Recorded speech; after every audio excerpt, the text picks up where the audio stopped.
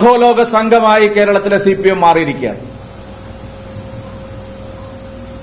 സാമ്പത്തിക കുറ്റകൃത്യങ്ങൾ നടത്തുന്നവരുടെ ഒരു അധോലോക സംഘമായിട്ട് ആ പാർട്ടി നേതാക്കന്മാരെല്ലാവരും മാറിയിരിക്കുക. തടിച്ചു കൊഴുക്കുകയല്ലേ ഓരോ നേതാക്കളെ ഇപ്പൊ നോക്കും. പണ്ടെങ്ങനെയായിരുന്നു അവരൊക്കെ? ദിനേശ് വെടി വലിക്കാൻ കാശില്ലാത്ത പാർട്ടിക്കാരൊക്കെ ഇപ്പൊ എന്താ കണ്ടാൽ നല്ല കിങ്ങിണിക്കുട്ടം പോലെ ഇരിക്കുകയല്ലേ. DYFI നേതാക്കന്മാർ മുതൽ CPMന്റെ നേതാക്കന്മാർ വരെ തടിച്ചു കൊഴുത്ത് കോൺഗ്രസ് നേതാക്കളെക്കാളും അപ്പുറത്തായില്ലേ. ഉന്നത നേതാക്കളുടെ ഇടപാടുകൾ സംബന്ധിച്ച് കത്തിനോടൊപ്പം അനക്സായി ചേർത്തിട്ടുണ്ടെന്ന് പറയുന്നു.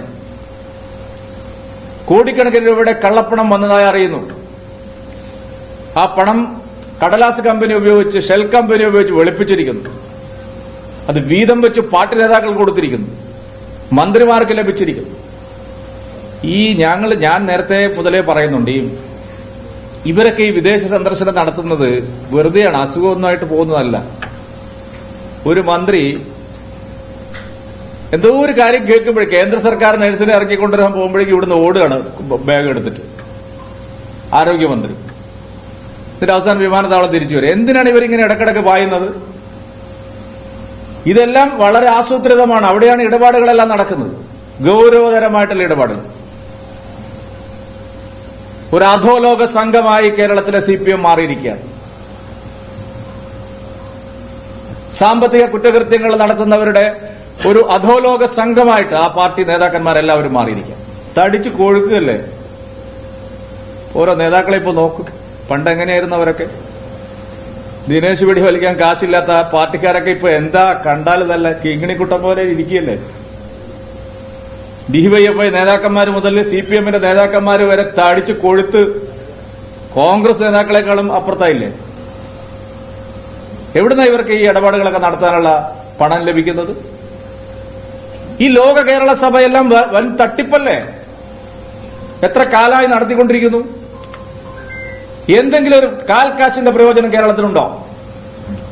നൂറുകണക്കിന് കോടി രൂപ ചെലവഴിച്ച് ലോക കേരള സഭ നടത്തുന്നു. എന്നിട്ട് വ്യവസായികളെല്ലാം വിളിച്ചു വരുന്നു, ഭീഷണിപ്പെടുത്തുന്നു, കാശ് വാങ്ങിക്കുന്നു. ഇതെല്ലാം ഇവിടെ നടക്കുന്നു. എന്താ ഇവിടെ തൊഴിൽ കിട്ടിയിരിക്കുന്നത്? ആരാ ഇവിടെ മുതൽ മുടക്കിയിരിക്കുന്നത്? ഒന്നോ രണ്ടോ പേരിലുണ്ടാവുന്ന രവിപ്പിള്ള, യൂസഫ് അലി ഒഴിച്ചുകൂടെ ആര് മുതൽ മുടക്കി?